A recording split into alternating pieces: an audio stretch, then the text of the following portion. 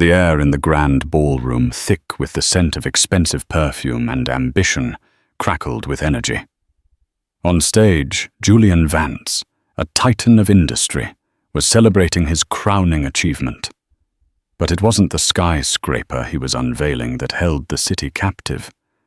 It was the woman whose arm he held her fingers intertwined with his. Her name was Isabella, his brilliant protégée, and her triumphant smile was a dagger in the heart of a silent watcher. But the real story wasn't on the stage. It was about to walk through the ballroom doors holding an object of myth and power, a family seal that could build empires or, on a night like this, burn one to the ground. Elara Vance believed in structure. As one of New York's most sought-after architects, she understood that the most beautiful facades often concealed the most complex and sometimes compromised foundations. Her own life was a testament to this principle. To the outside world, she was the elegant, intelligent wife of Julian Vance, the visionary CEO of Vance Holdings. Their life was a blueprint of success, a sprawling Manhattan penthouse overlooking Central Park. Two bright children, Liam and Sophia, at an elite private school, and a philanthropic presence that made them the darlings of the city's upper crust. Their marriage, once a passionate joint venture, had slowly been renovated into a polite, functional partnership. The late-night conversations about art and ambition had been replaced by shared calendars and brief logistical check-ins. Julian, once her confidant, had become a man she admired from a distance, a brilliant comet streaking across the business world. He was consumed by his latest project, the Meridian Tower, a gleaming, audacious skyscraper that would forever alter the New York skyline. It was his legacy, he said. Their legacy. But Elara saw the hairline fractures. They appeared in the form of late nights he claimed were spent at the office, but his shoes were oddly clean for a man supposedly visiting a construction site. They were in the hushed phone calls that ended abruptly when she entered the room, the scent of a perfume not her own lingering faintly on his jacket. He was a master builder, but he had grown careless in constructing his lies. The name that haunted these fractures was Isabella Rossi.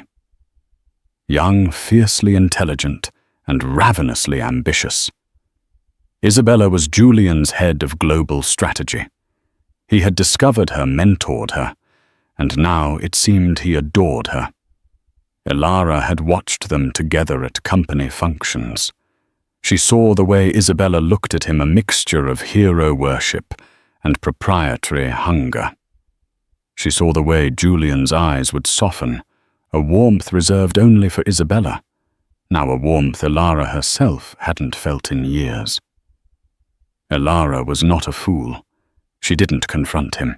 A public scene was not her style. It was messy, unstructured, and would achieve nothing but her own humiliation. Instead, she began her own quiet project of emotional excavation. While Julian was building his monument of glass and steel, Elara was uncovering the decaying framework of their marriage. She did it with the same meticulous precision she applied to her architectural designs. She noted dates, times, and discrepancies. She spoke to her lawyer, a discreet man named Marcus Thorne, under the guise of estate planning. The true foundation of their union wasn't love, not anymore. It was the Vance legacy. The Vance family wasn't just wealthy. They were a dynasty built over a century.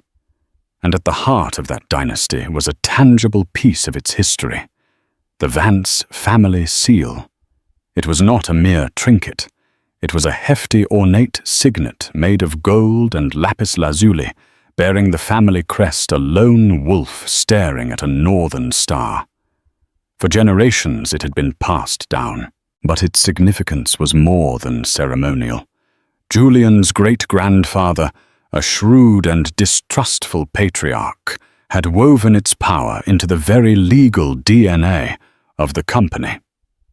A clause buried deep within the bylaws of Vance Holdings stipulated that the holder of the seal, traditionally the spouse of the CEO, the guardian of the family's heart, had the deciding vote in any emergency meeting concerning the removal of the chairman of the board.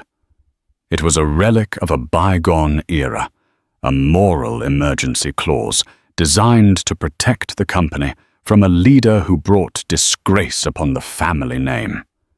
Julian, in his modern arrogance, had dismissed it as sentimental nonsense. "It's a beautiful piece of history, darling," he'd told Elara on their wedding day as he placed the heavy velvet-lined box in her hands. "A symbol of you being the soul of this family." Elara, however, had read the bylaws. She understood its true purpose. It wasn't a symbol of the soul. It was a weapon for the mind. For the past year, as Julian's affair with Isabella became an open secret, whispered at dinner parties, she wasn't invited to the seal had sat in a safe in her private study. She would often take it out, the cold, heavy gold, a stark contrast to the hollow ache in her chest. She wasn't just a wife. She was a custodian, and she was beginning to understand that some structures were not meant to be saved, but to be demolished to make way for something stronger. The invitation to the Meridian Tower Gala arrived on a crisp October morning. It was printed on thick, cream-colored cardstock, the ink a shimmering gold. It was a celebration of Julian's triumph. Elara looked at her reflection, faintly visible in the glossy finish. She knew Isabella would be there, not as a guest, but as a queen in waiting. And she knew, with the chilling certainty of a perfect calculation, that this was the night the foundation would finally give way. She went to her study, opened the safe, and took out the box. The time for silent observation was over. It was time for a new design. The weeks leading up to the gala were a masterclass in deception. Julian was effusively attentive, a man trying to shore up a crumbling wall with a fresh coat of paint. He brought her flowers, praised her latest design award, and spoke animatedly about how the gala would be a night for them, a testament to their partnership. "You are my foundation, Elara," he said one evening, his hand covering hers across the vast expanse of their mahogany dining table. His touch felt foreign, a trespass. "None of this," he gestured vaguely at the opulent room, "the tower, the company. None of it would be stable without you." Elara smiled, a placid architectural curve of her lips that didn't reach her eyes. "I'm so proud of you, Julian." She had learned to speak his language, a dialect of half-truths and grand pronouncements. Inside, she was a whirlwind of cold fury and methodical planning. Her days were a study in duality. In the mornings, she was Elara Vance, mother and wife, discussing school projects with Liam and Sophia, approving menus with the household staff. In the afternoons, she became a forensic accountant of her own life.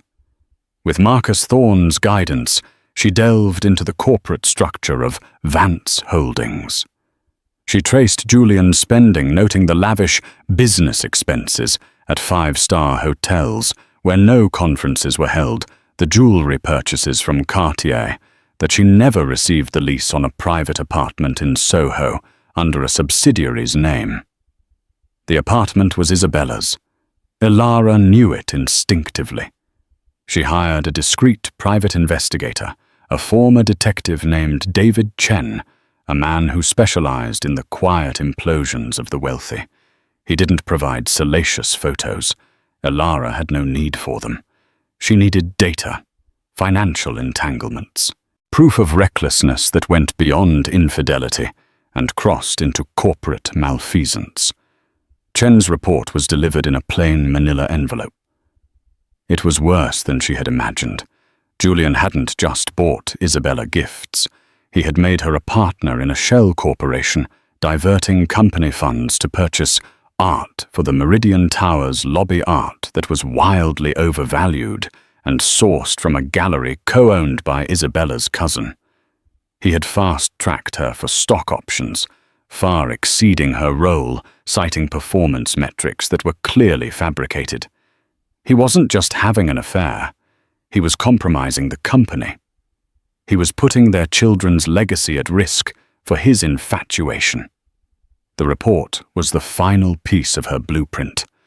The betrayal wasn't just emotional. It was a structural failure that threatened the entire Vance empire. Her resolve hardened from a shield into a sword. This was no longer about a broken heart. It was about protecting her family and a 100-year-old legacy from the man who was supposed to be its guardian. The night before the gala, Julian came home late. He smelled of wine and Isabella's signature Chanel No. 5. He found Elara in her study, sketching at her drafting table. The box containing the Vance seal sat on the corner of the desk, closed. "Working late?" he asked, trying for a casual tone. "Just finalizing a design," she replied, her voice calm, her hand steady as she drew a perfectly straight line. Sometimes you have to see the whole structure before you can be sure of the details. He came up behind her, placing his hands on her shoulders. His touch was meant to be reassuring, but it felt like a weight. "Tomorrow night, the whole world will see what we've built." Elara paused her sketching. She looked at the intricate design on the paper, a complex facade for a new museum. "Yes," she said softly. Her eyes focused on the lines. "They will." He kissed the top of her head and left oblivious. He saw a wife, a partner, an accessory to his success. He did not see the strategist who had already mapped his downfall. Alone, Elara opened the box. The gold of the wolf and the deep blue of the lapis lazuli seemed to absorb the light in the room. It felt heavier than ever, not with the weight of the past, but with the gravity of the future. She closed the lid with a soft, final click. The Meridian Tower Gala was the heart of the city that night. The venue was a custom-built pavilion at the base of the tower itself, a cathedral of glass and light, offering the assembled guests a breathtaking view of Julian's creation as it speared the night sky. Limousines deposited figures of immense wealth and influence onto a red carpet, swarming with photographers. The air hummed with the electric buzz of power, a symphony of hushed, deal-making air kisses, and the clinking of champagne flutes. Elara had chosen her attire with the precision of a general selecting armor. She wore a bespoke gown by a minimalist designer, a column of deep emerald silk that was elegant, severe, and utterly commanding. It was not a dress that sought to entice. It was a dress that declared its presence. Her dark hair was swept back in a chignon, showcasing a pair of diamond earrings, a Vance heirloom from Julian's grandmother. They were her only concession to the role of the CEO's wife. She arrived deliberately late and alone. Her driver, a man who had been with the family for 20 years, simply nodded as he opened her door, his expression one of quiet loyalty. Her entrance caused a ripple of whispers. The society columns had been speculating for months about the state of the Vance marriage. Her solitary arrival was a statement. Julian, holding court near the stage, saw her immediately. A flicker of annoyance crossed his face, quickly masked by a brilliant smile as he excused himself and strode towards her. "Darling, you're here. You look magnificent," he said, kissing her cheek. The gesture was for the cameras, a piece of public theatre. "I was getting worried." "There was no need to worry, Julian. I wouldn't miss your big night," she replied, her voice cool and even. She allowed him to take her arm and lead her into the throng, playing her part. She endured the parade of pleasantries. The mayor, the governor rival developers who clapped Julian on the back with envy-laced congratulations. Through it all, she was acutely aware of Isabella Rossi, circling them like a shark. Isabella was a vision in crimson, a stark, passionate contrast to Ilara's cool emerald. She was never far from Julian's side, interjecting with a brilliant strategic point, laughing at his jokes with an intimacy that was brazen. She was marking her territory. Several times Ilara saw them exchange glances over the heads of the crowd, glances that were conspiratorial, possessive and utterly dismissive of her own presence. They were so confident in their private world that they had forgotten it existed within a larger one she still commanded. An old family friend, a formidable matriarch named Beatrice Fairchild, squeezed Ilara's arm. "You have the patience of a saint, my dear," she murmured, her sharp eyes flicking towards Isabella. Ilara gave a small, enigmatic smile. "Patience is a strategic asset, Beatrice." The lights dimmed, signaling the start of the formal presentation. A hush fell over the crowd as a slickly produced video played showcasing the tower's construction in a dramatic time-lapse set to a soaring orchestral score. It was a monument to Julian's ego, and the crowd loved it. Finally, Julian took the stage to a thunderous ovation. He was a master showman, radiating charm and power. He spoke of vision, of legacy, of building the future. Ilara watched from a front-row table, her expression unreadable, a marble sculpture amidst a sea of adoring faces. A project of this magnitude is never the work of one man. Julian boomed, his voice resonating with practiced humility. It takes a team of brilliant, dedicated people. And there is one person whose strategic vision, whose relentless drive has been the true engine behind the Meridian. She is not just my head of strategy. She is my partner in shaping the future of this company. A knot tightened in Ilara's stomach. She knew what was coming. Please join me in welcoming to the stage the incomparable Isabella Rossi. The applause was polite, but tinged with confusion as Isabella ascended the stage. She walked not to the secondary podium, but directly to Julian's side. He beamed, his face alight with an unguarded adoration that he hadn't shown Ilara in a decade.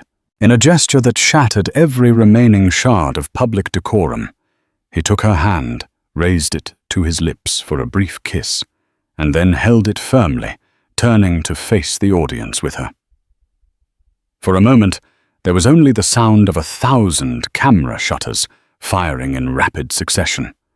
The flashes were like lightning, illuminating the tableau on stage, the triumphant man, the radiant mistress, and the unspoken declaration of a new reign. It was a coup executed in the brightest of spotlights.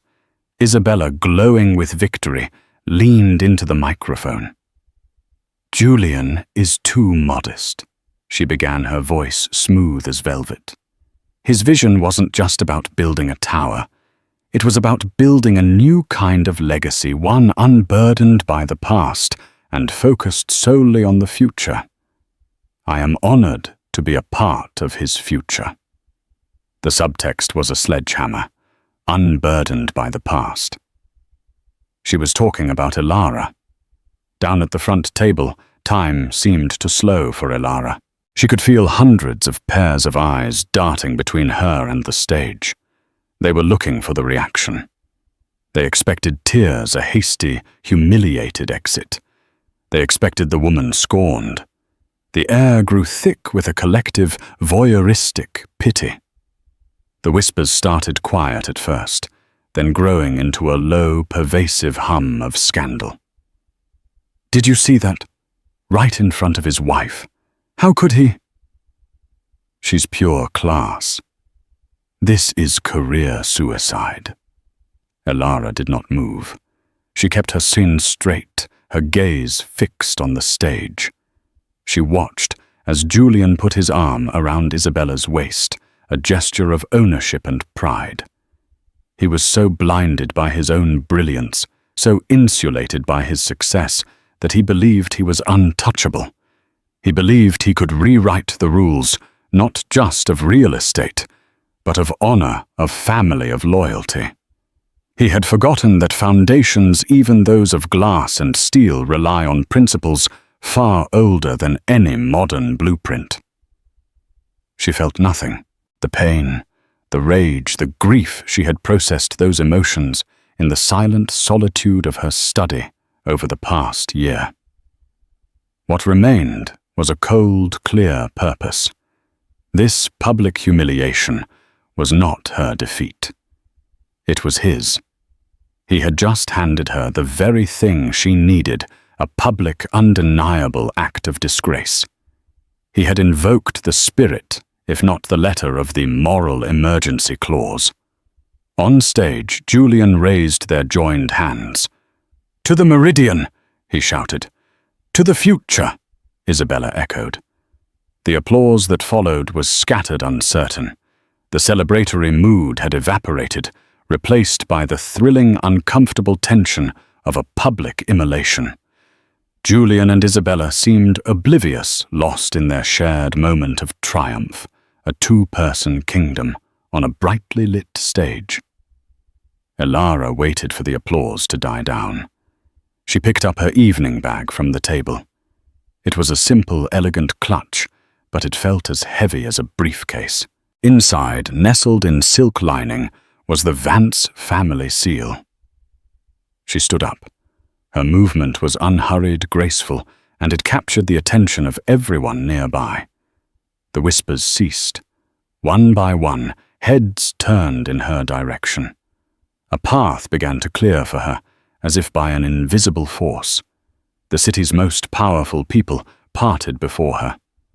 Her heels made a soft, rhythmic click on the polished marble floor, the only sound in a suddenly cavernous silence.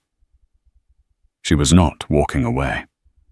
She was walking towards the stage. Every eye in the room was on Elara as she approached the stage. The spotlights meant for Julian and Isabella seemed to find her tracing her deliberate, inexorable path. On stage, Julian's triumphant smile faltered. He saw her coming, saw the unnerving calm in her eyes, and a flicker of unease, then alarm, crossed his face. Isabella's grip on his arm tightened, her victorious expression hardening into one of defiant possession. Elara didn't look at the audience. Her gaze was locked on her husband. She reached the short set of stairs at the side of the stage and ascended them with the same measured grace. When she reached the podium, she stood not beside Julian, but directly in front of him, creating a triangle of tension that was palpable throughout the ballroom. The silence was now absolute, heavy, and expectant. "A beautiful speech, Julian," Elara said, her voice perfectly modulated, carrying through the microphone without a tremor. "You spoke of legacy. It's a word you use often." Julian forced a tight, dismissive laugh. "Elara, this isn't the time or the place."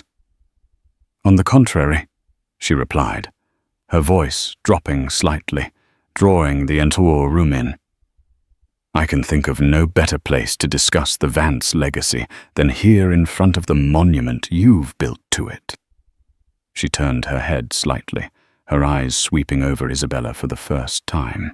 It was not a look of hatred or jealousy, but one of clinical assessment, as if observing a curious but ultimately insignificant specimen. "And no better time than when you are sharing the stage with your partner in shaping the future." The sarcasm was subtle, a razor blade wrapped in silk. Isabella flinched.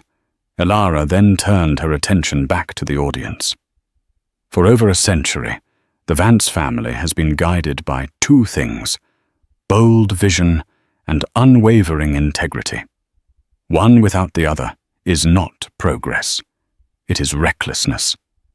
She paused, letting the words hang in the air. From her evening bag, she withdrew the Vance family seal. It was larger and more substantial than a simple ring. She held it in her palm, the stage lights glinting off the polished gold and the deep blue of the lapis. It looked ancient, powerful, a piece of forgotten royalty. A gasp rippled through the older members of the crowd, those who knew the family's history.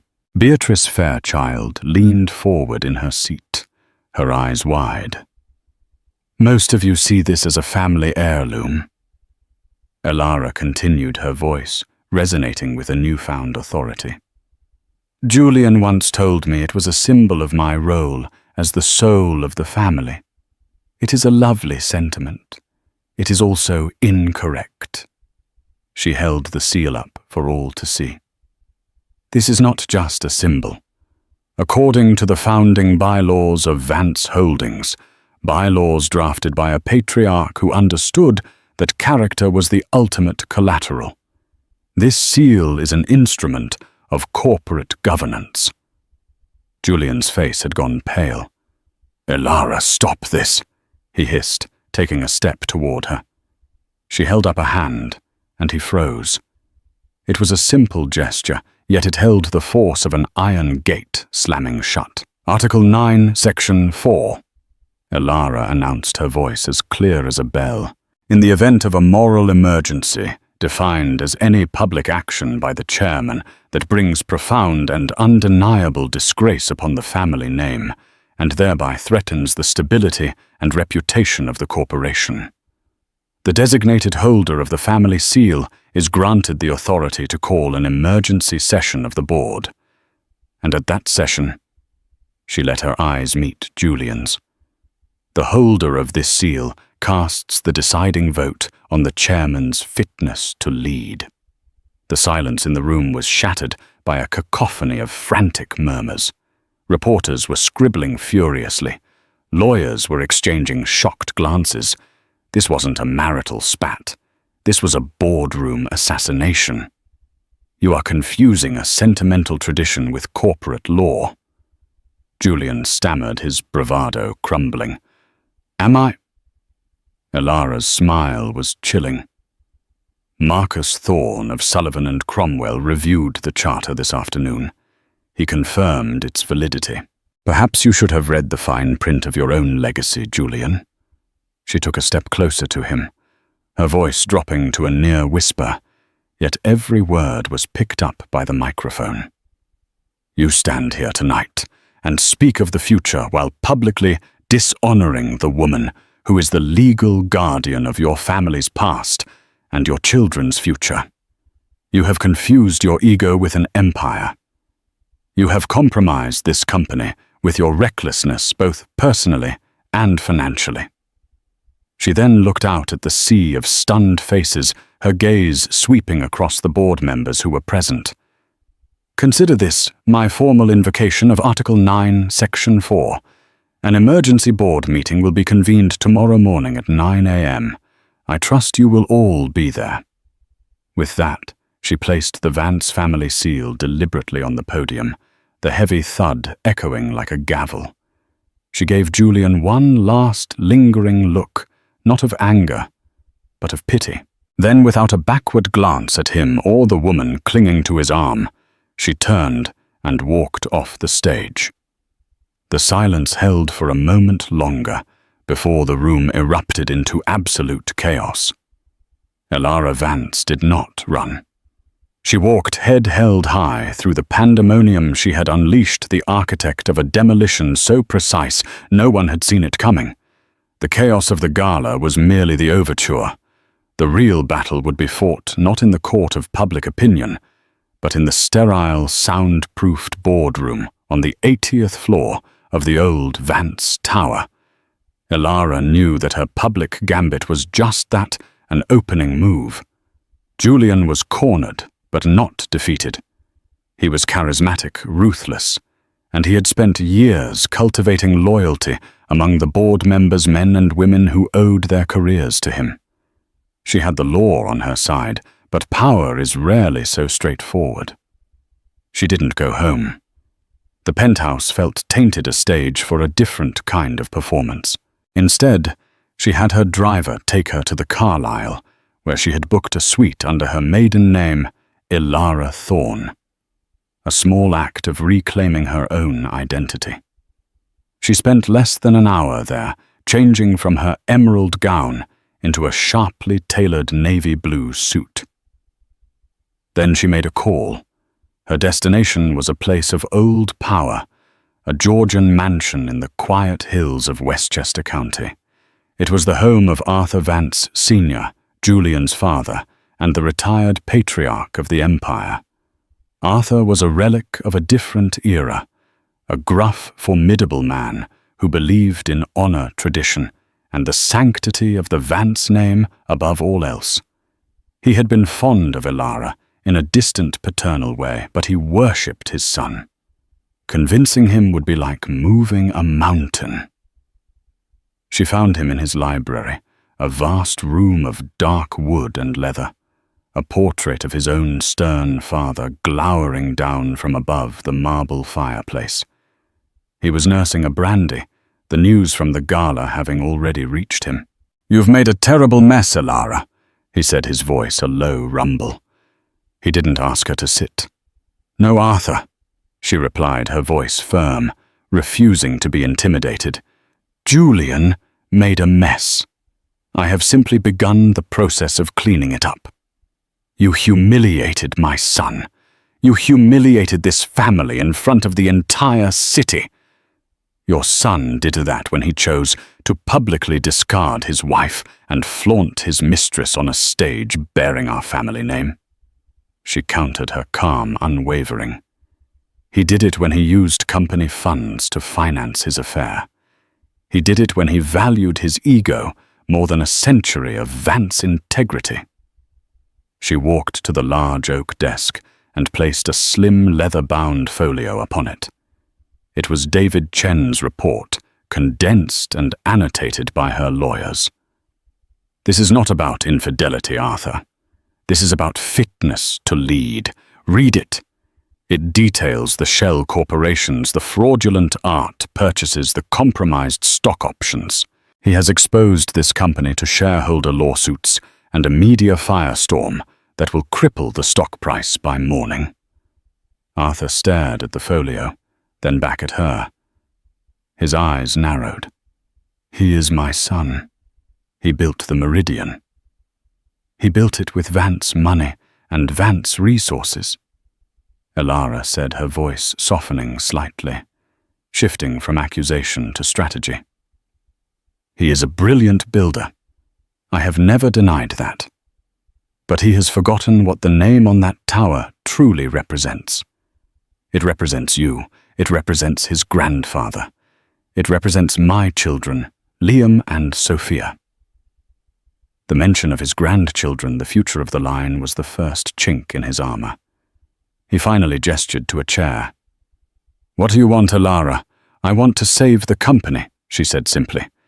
"Julian is compromised. His judgment is clouded. When the market opens, our competitors will smell blood in the water. We need to project strength, stability. We need a new leader immediately." "And I suppose you think that should be you?" he scoffed. "No," Ilara said, and this surprised him. "That would be seen as a vengeful coup. Too messy.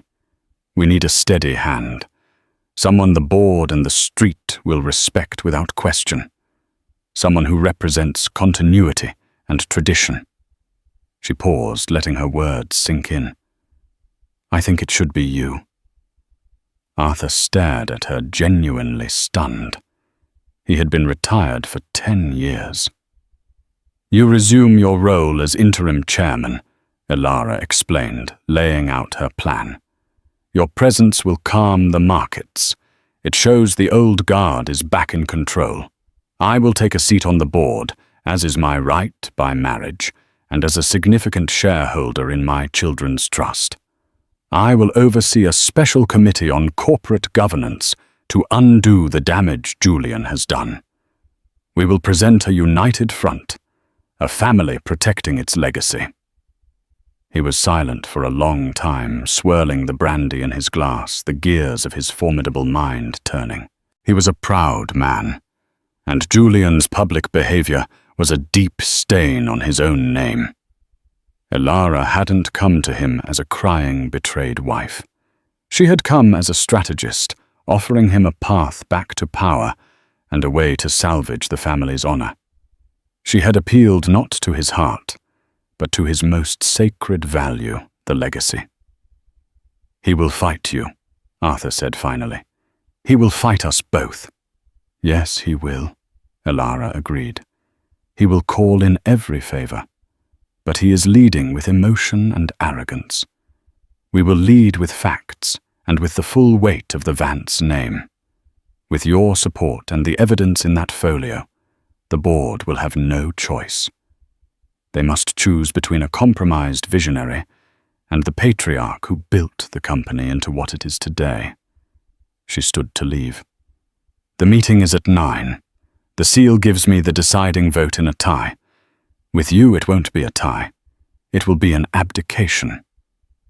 Arthur looked from the folio on his desk to the powerful portrait of his father. He saw the same steely resolve in the eyes of his daughter-in-law. He slowly, deliberately stood up. "I will be there," he said. Elara nodded once, a silent acknowledgement of their new, fragile alliance. As she left the quiet mansion and stepped back into the cool night air, she knew she had secured her most powerful piece. The kingdom was gathering. The 80-story climb in the private elevator was a journey through a column of silence. Elara stood perfectly still, her reflection a stark silhouette against the polished chrome walls. She was ascending into the heart of the empire she had helped build, to the place where Julian was king. But today, she was not coming as his queen. She was coming as the executor of a long-dormant law, an instrument of a justice he had long since forgotten. The boardroom on the 80th floor was designed to intimidate. It was a masterpiece of corporate power, a long, cavernous space encased in floor-to-ceiling glass that offered a godlike panorama of Manhattan. The city sprawled below a toy set of ambition and dreams, humbled by the viewer's sheer altitude. In the center of the room sat a vast, monolithic table of polished black obsidian, so reflective it seemed to hold a darker, colder version of the sky above. 12 high-backed leather chairs were arranged around it, thrones for the titans of industry.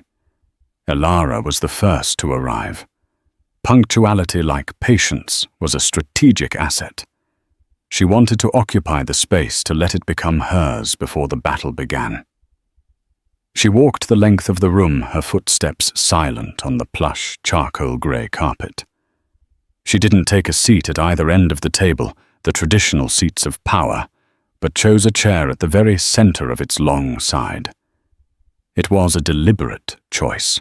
She was not here to seize the throne, but to act as the fulcrum upon which the entire structure would pivot. On the gleaming obsidian surface, she placed 2 objects, the slim, lethal folio of evidence, and beside it, the Vance family seal. The ancient gold and lapis lazuli looked almost alien in the hyper-modern setting, a piece of old-world magic amidst cold, hard commerce. The board members began to file in a collection of men and women who collectively controlled billions of dollars.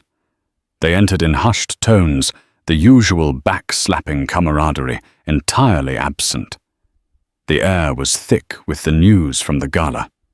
They saw Elara, a solitary, composed figure, and their reactions were telling.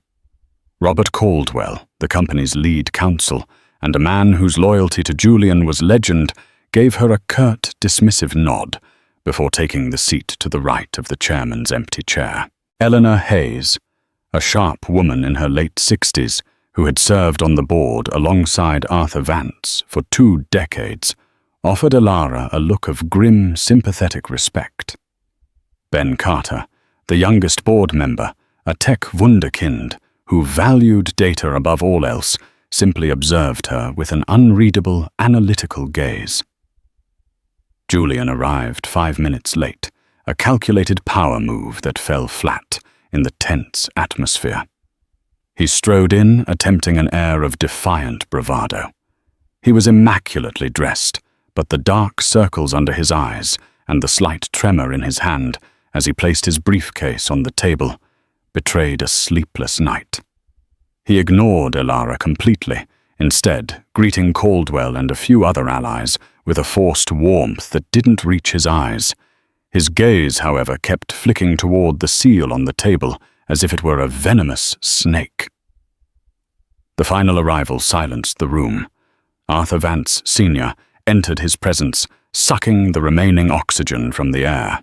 He didn't look like a retired man. He looked like a king returning from exile.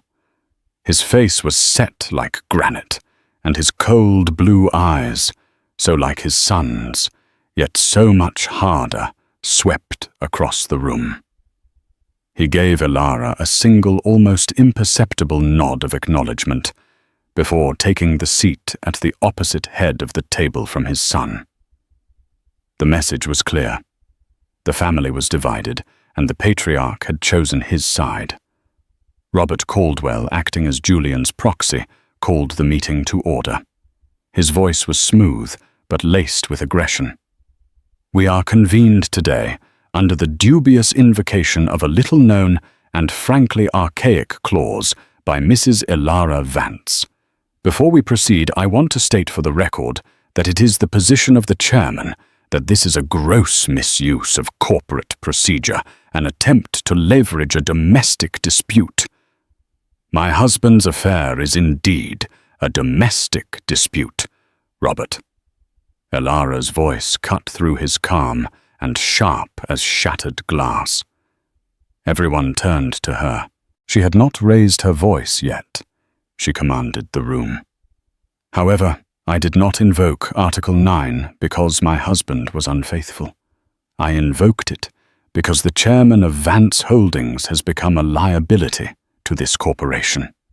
She opened the folio. "I am not here today as a scorned wife. I am here as a custodian of this family's legacy, and more importantly, as a protector of shareholder value. The moral emergency I cited is not a matter of the heart. It is a matter of the balance sheet." Her professionalism was a bucket of ice water on the simmering drama. This was a language the board understood. Julian finally spoke, his voice tight with fury. "This is absurd. Elara, you are an architect. You know nothing of the complexities of corporate finance." "I know how to read a ledger, Julian," she replied without looking at him, her attention focused on the board members. "And I know fraud when I see it."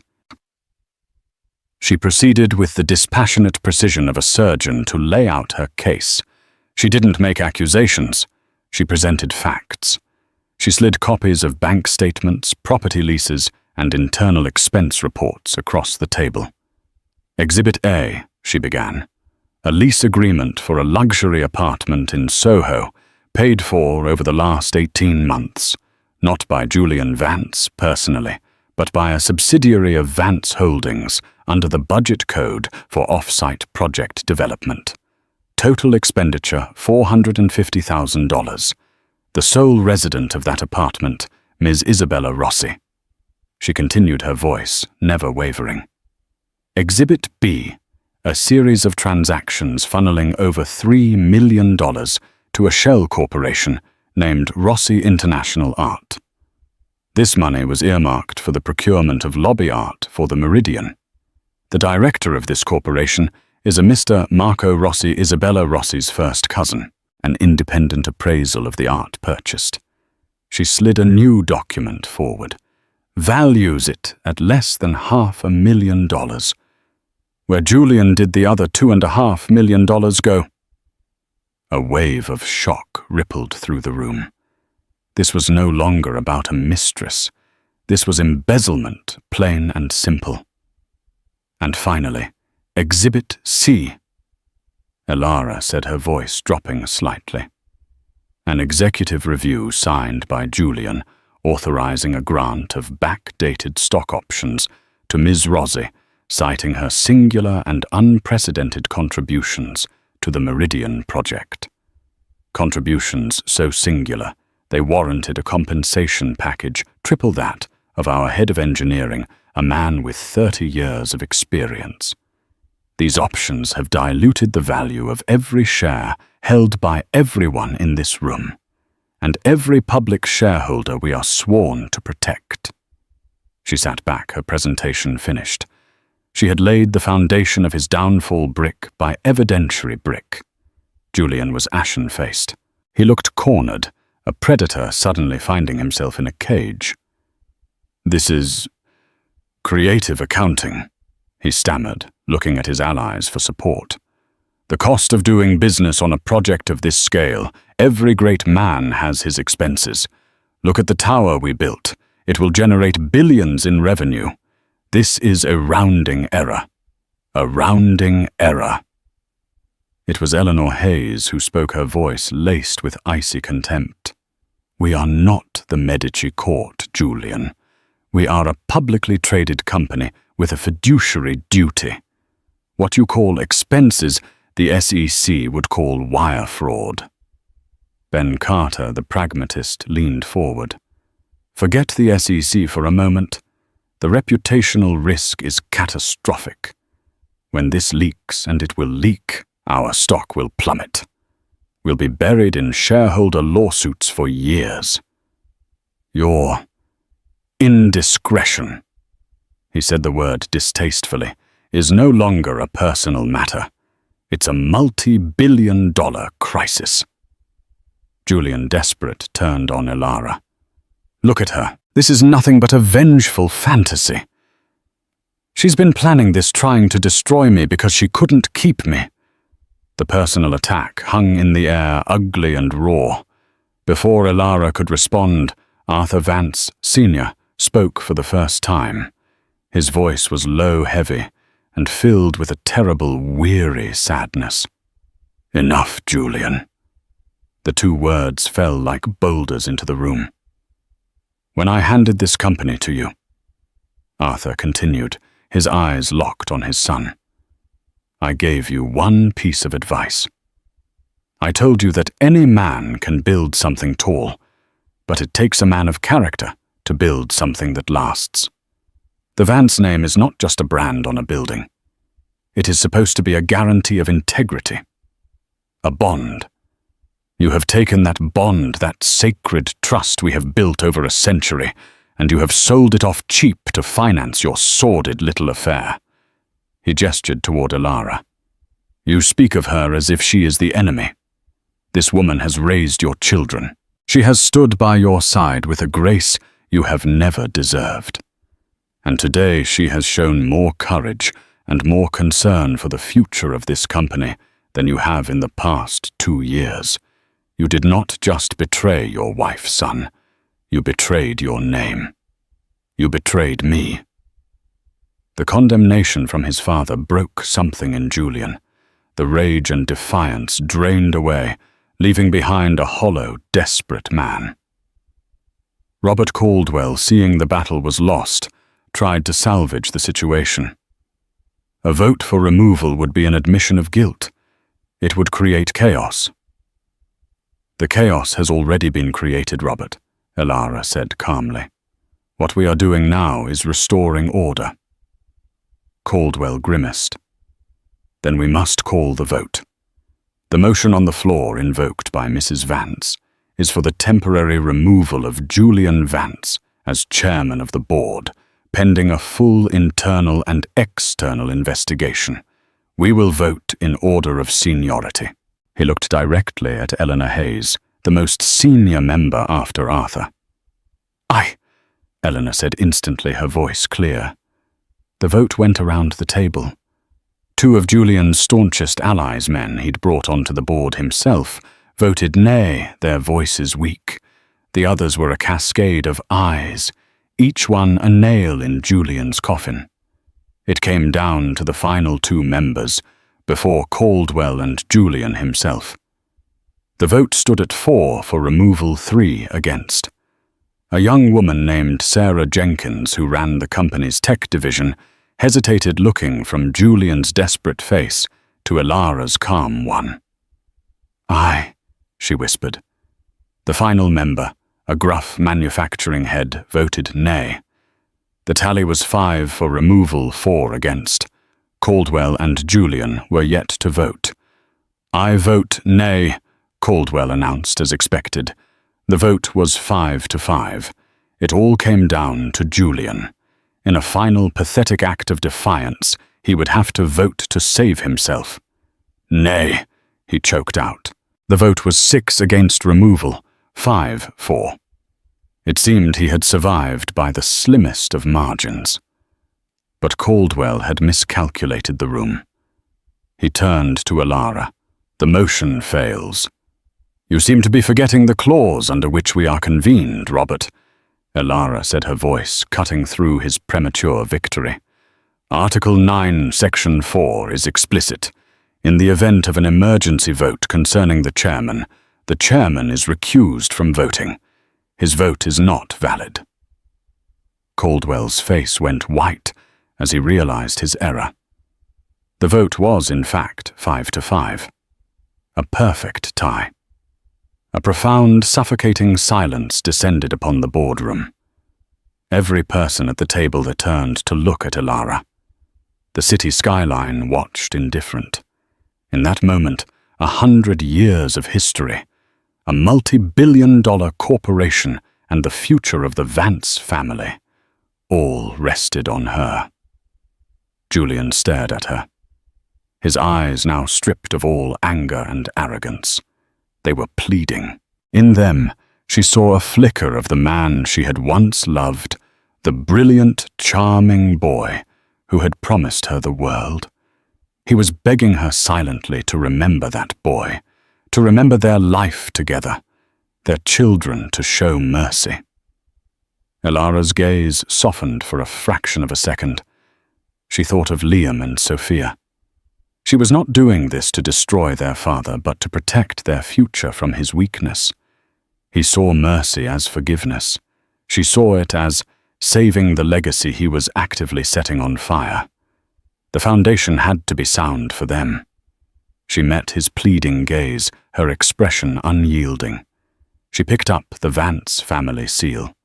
The gold was cool and heavy in her palm, a tangible link to the generations of women who had guarded the family's heart. She was simply the first who had to use it as a weapon. "As per the bylaws invoked," she announced, her voice ringing with absolute finality. "In the event of a tie, the deciding vote is cast by the holder of the family seal." She stood up, holding the seal for all to see.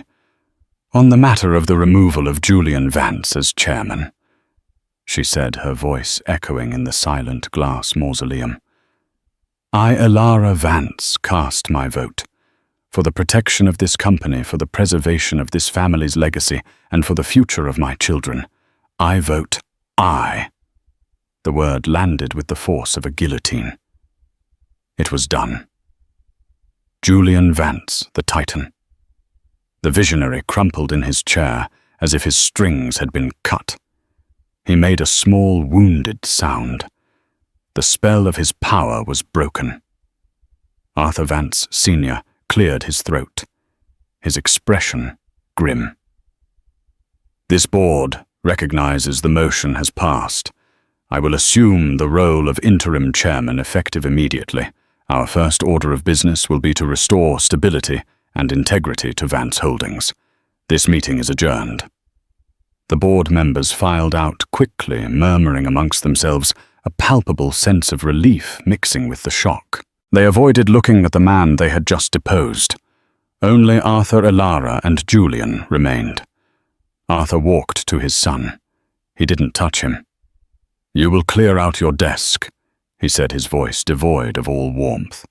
"You will cooperate with the investigation, and you will not speak to the press. Is that understood?" Julian just nodded, staring blankly at the obsidian table. Arthur gave Alara one last look, a look of profound, weary respect, and then he too was gone.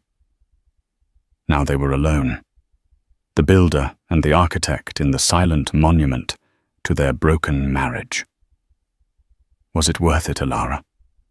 Julian finally whispered, his voice raw with a pain she hadn't heard in years. Was destroying me worth it? Alara walked around the table until she stood before him. She looked down at the shattered man who was her husband, and for the first time she allowed the deep, profound hurt she had buried for so long to surface in her eyes.